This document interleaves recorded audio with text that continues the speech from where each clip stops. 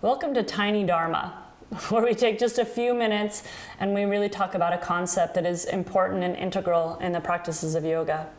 Today, it's a practice of Purushartas.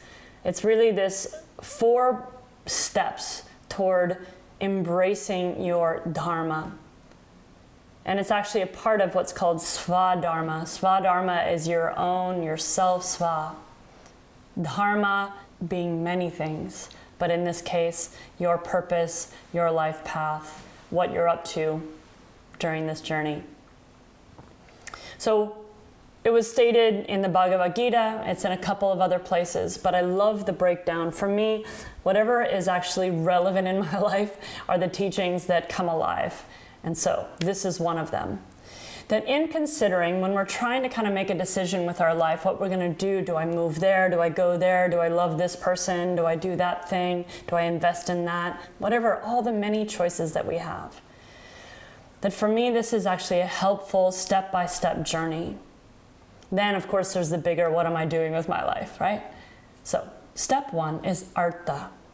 In the Purushartas, Artha is the first one, where it's really about feasibility. Feasibility.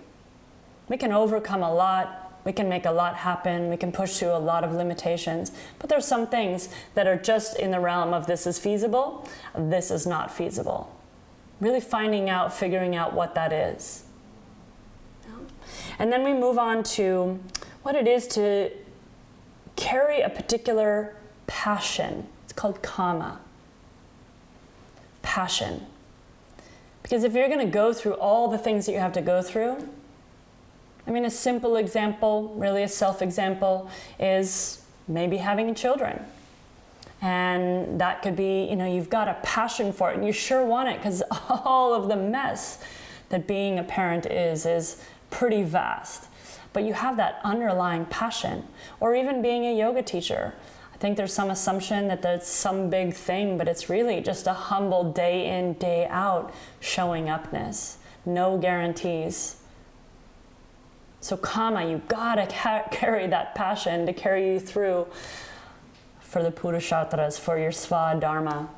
And the next is Dharma itself, is the duty and responsibility in the framework of your family, the framework of your community, taking them all into consideration and concern.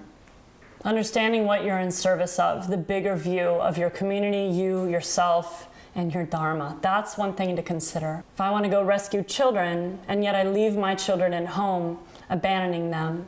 So you have to understand the fuller context, look at what you're responsible for, what you're carrying, what you want to do with this time. The next is moksha.